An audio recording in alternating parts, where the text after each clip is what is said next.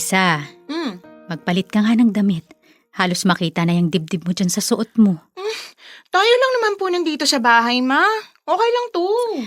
Okay, sige. Dahil tayo pa lang ngayon yung nandito, pwede mo pang gawin yan.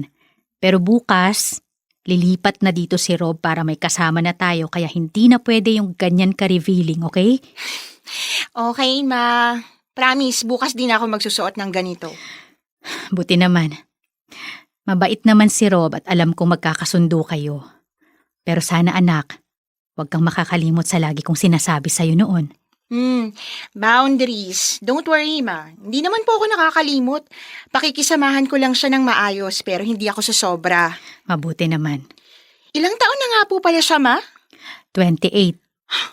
Mas matanda lang pala siya sa akin ng 8 years. Ibang klase din ang ganda mo, ma. Aba, syempre. Hindi naman ako mukhang losyang kahit nagkakaedad na. Agree naman ako dyan, ma. Mukha ka pa ring bagets eh. Parang early 30s ka lang. Sus, binola mo pa ako. May gusto ka ipabili, no? Wala po, ma. Maganda ka lang talaga. Kaya di na po ako nagtataka na gwapo rin yung boyfriend mo. Ang dami ko nga kaagaw kay Rob eh. Buti na lang talaga, home-based yung trabaho niya kaya hindi ko kailangang alalahanin yung mga babaeng umaaligid sa kanya kung sakali. Grabe, ma. Mukhang gusto mo siya bakuran, ah. Hindi naman sa ganun. Ayoko lang talaga na may umaaligid na babae sa kanya. Kahit kasi alam ko na loyal siya sa akin. Mahirap pa rin kapag yung tukso na mismo yung lumalapit sa isang lalaki. Hayaan mo, ma. Pag nandito na siya, babantayan ko siya. Sisiguraduhin ko na walang babae sa buhay niya kundi ikaw lang. Ganun naman dapat, diba? Kasi syempre, magsasama na kami. Pag okay talaga kami, baka magpakasal na rin kami soon. Ay! Bongga naman ang mama ko. Di talaga papahuli. Ganyan nga, ma. Pakasalan mo para iyong-iyo na siya. Nako nak, sure ako na magkakasundo kayong dalawa. Pareho kayong mahilig sa video games. Libangan niya yun. Sabi ko nga sa kanya, turuan niya ako para masabayan ko siya. Di naman ako KJ. Wow! Parang di ka naman nagpaturo sa akin dati, ma. Tinanggihan mo nga ako nung inaaya kita maglaro. Tapos pag sa boyfriend mo, magpapaturo ka talaga. Naglalambing lang naman anak. Ikaw talaga? Pero seryoso, ma. Masaya po ako para sa'yo. Ilang taon ka rin hindi nagpaligaw. Tagal mo rin kasi nakamove on sa pagkawala ni Papa eh. Kaya ngayon, deserve mo maging masaya ulit. Susuportahan kita.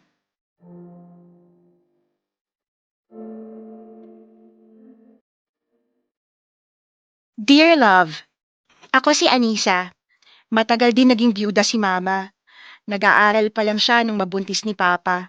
Pero kahit maaga silang nagkaanak, sinikap nila na maibigay lahat ng pangangailangan ko at mapalaki ako ng maayos. Kaya lang, sa sobrang sipag ni Papa magtrabaho, napabayaan niya naman yung sarili niya. Nagulat na lang kami na may sakit na pala siya. Masaya ako nang makalipat na sa bahay si Tito Rob. Oo, Tito yung tawag ko sa kanya kahit na medyo weird pakinggan kasi ilang taon lang naman agwat namin. Bago pa siya lumipat sa bahay namin, madalas na rin siya ron kaya hindi na ako nanibago sa presence niya.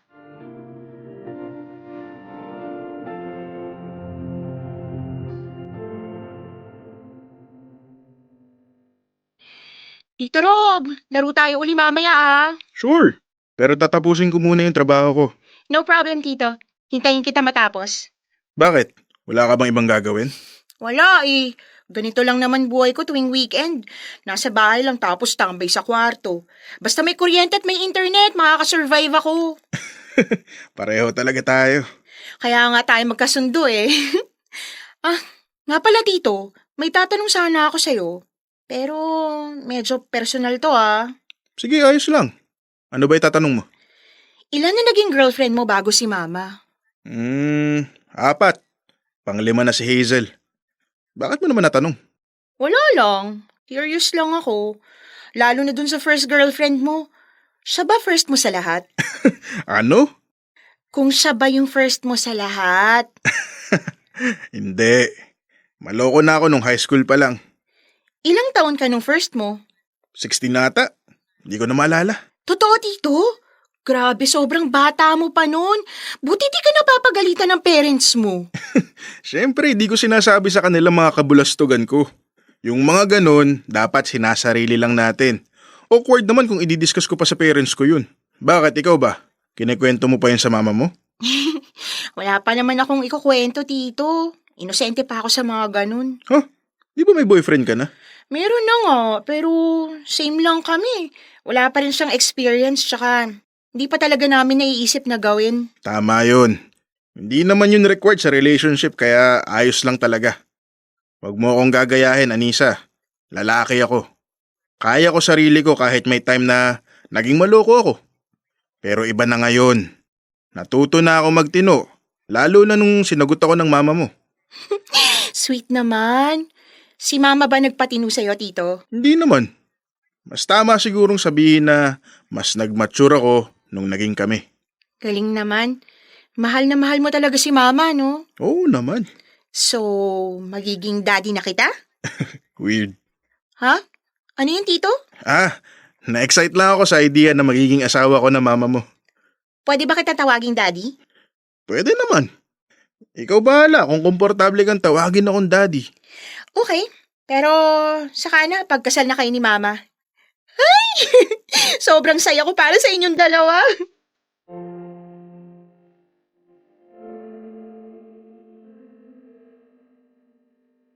Wala akong naging problema kay Tito Rob mula nang tumira siya sa bahay namin. Magkasundo kami. Madalas kami mag-usap pag wala siyang ginagawa. Supportive siya sa pagkakaroon ko ng boyfriend at ini-educate niya pa ako pagdating sa relationship.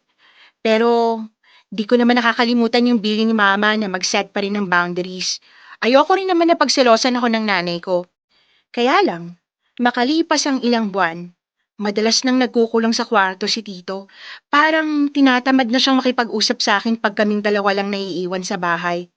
Gusto ko sanang magtanong, pero bago ko pa gawin yon, may nalaman ako tungkol sa kanya.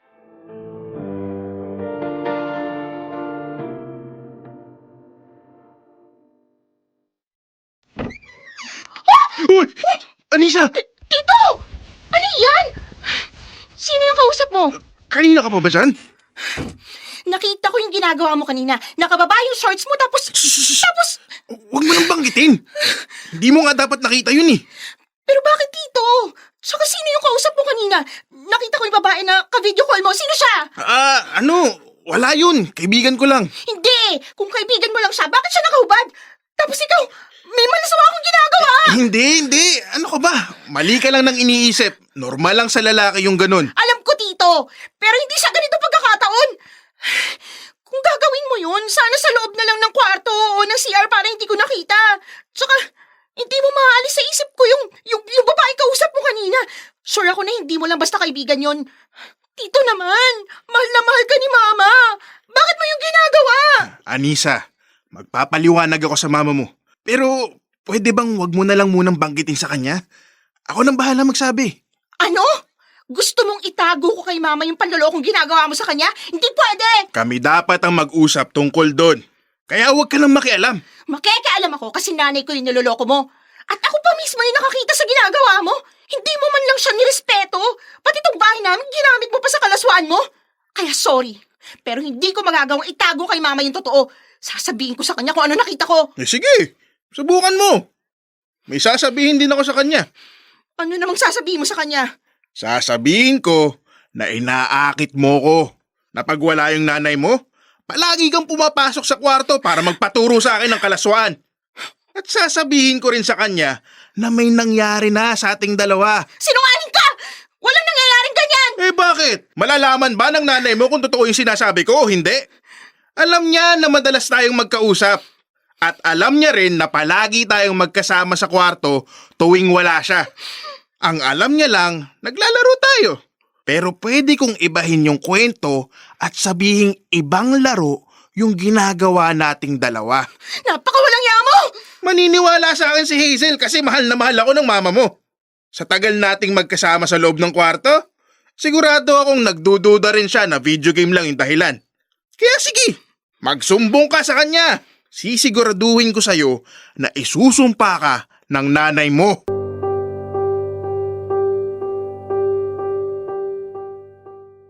Napaiyak na lang ako ng mga sandaling yon. Alam ko naman na kasinungalingan lang lahat ng sinasabi ni Tito Rob, pero na-realize ko na tama siya. Na posibleng paniwalaan siya ni Mama dahil lagi kaming magkasama sa kwarto para maglaro ng favorite namin na video game. Inaabot kami ng ilang oras. Libangan lang naman sana yon at bonding naming dalawa, pero hindi ko naisip na posible pala niyang gamitin yon para siraan ako kay Mama.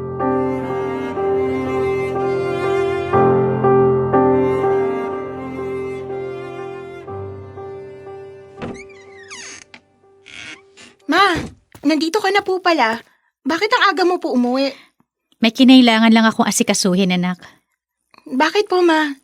May problema po ba? Meron, anak. Pinaalis ko na si Rob. Alam niyo na po siguro. Anong ibig mong sabihin? Naabutan ko po kasi siya nitong nakaraan lang na may ka-video call na babae. Tapos may ginagawa po siyang kalaswaan. At nakita mo yun, anak? Opo, Ma. Bisit na lalaking yun. Hindi niya man lang nirespeto tong pamamahay natin. Dito niya pa talaga ginagawa yung kababuyan niya. Sorry po kung hindi ko nasabi agad sa inyo, Ma. Wala naman talaga akong intensyon na itago yun pero binantaan niya po ako. Tinakot niya ako na sasabihin niya sa inyo na may ginagawa kami pag wala ka dito. Na kaya daw kami laging magkasama ng matagal sa kwarto niya kasi may nangyayari sa amin. Natakot ako, Ma. Kahit na wala namang katotohanan yun. Sorry po, Ma. Hindi mo kailangang mag-sorry, anak. Naiintindihan ko yung ginawa mo. Tsaka kahit hindi mo naman sabihin, malalaman ko pa rin. Alam ko nang may babae siya. Halos kaedad mo pa. Paano niyo po nalaman? Nagkamali ako ng nadalang cellphone kanina sa pagmamadali ko. Tapos may nag-video call na mga simbol ang pangalan. Nawirduhan ako kaya sinagot ko. Nagpakilala yung babae na girlfriend daw siya ni Rob. Kaya ayun, umuwi ako ng maaga. Mukhang inaasahan na rin naman niya na alam ko na yung tungkol sa kanila. Hindi siya mapakali pagdating ko rito. Ang lakas pa talaga ng loob niyang itanggi yung ginagawa niyang panloloko sa akin. Akala ko pa naman, Ma. Siya na talaga yung magpapasaya sa'yo. Sasaktan ka lang pala. Nasaktan ako sa ginawa niya, anak. Pero hindi ako nanghihinayang sa paghihiwalay namin. Mabuti na rin na nalaman ko yung tungkol doon habang hindi pa kami kinakasal. Mukhang hindi talaga ako para sa hindi ko kaedad. Huwag ka muna mawala ng pag-asa, Ma. Sigurado kung may makikilala ka pa, yung matino talaga at kaya kang panindigan. Tama ka, anak. Pero sa ngayon, pahinga muna ako. Baka kasi magkamali na naman ako ng desisyon. Ayoko nang maulit yun. Pasensya ka na, anak, ha? Nadamay ka pa. Hindi niyo po kailangang humingi ng pasensya sa akin, Ma. Ikaw yung biktima sa nangyari. Niloko ka ng isang walang kwentang lalaki. Hindi ka niya deserve. Sa ganda mong yan, matalino pa at financially stable. Sigurado ko, Ma, marami pang ibang lalaki dyan na magkakandara pa sa'yo. Naman sa magkakandara pa, anak. Seryoso yun, Ma. Panguraan pa kaya ang beauty ng nanay ko. Kaya hindi rin talaga pwede na mapunta ka lang sa isang putso-putso na lalaki. Sus, talaga? Oo naman, Ma. Kaya sa susunod na may manligaw sa'yo, pakilala mo agad sa akin. Kikilatisin ko ng mabuti. Sige. Tapos kapag niloko ako, ikaw na yung magpapalaya sa kanya. G!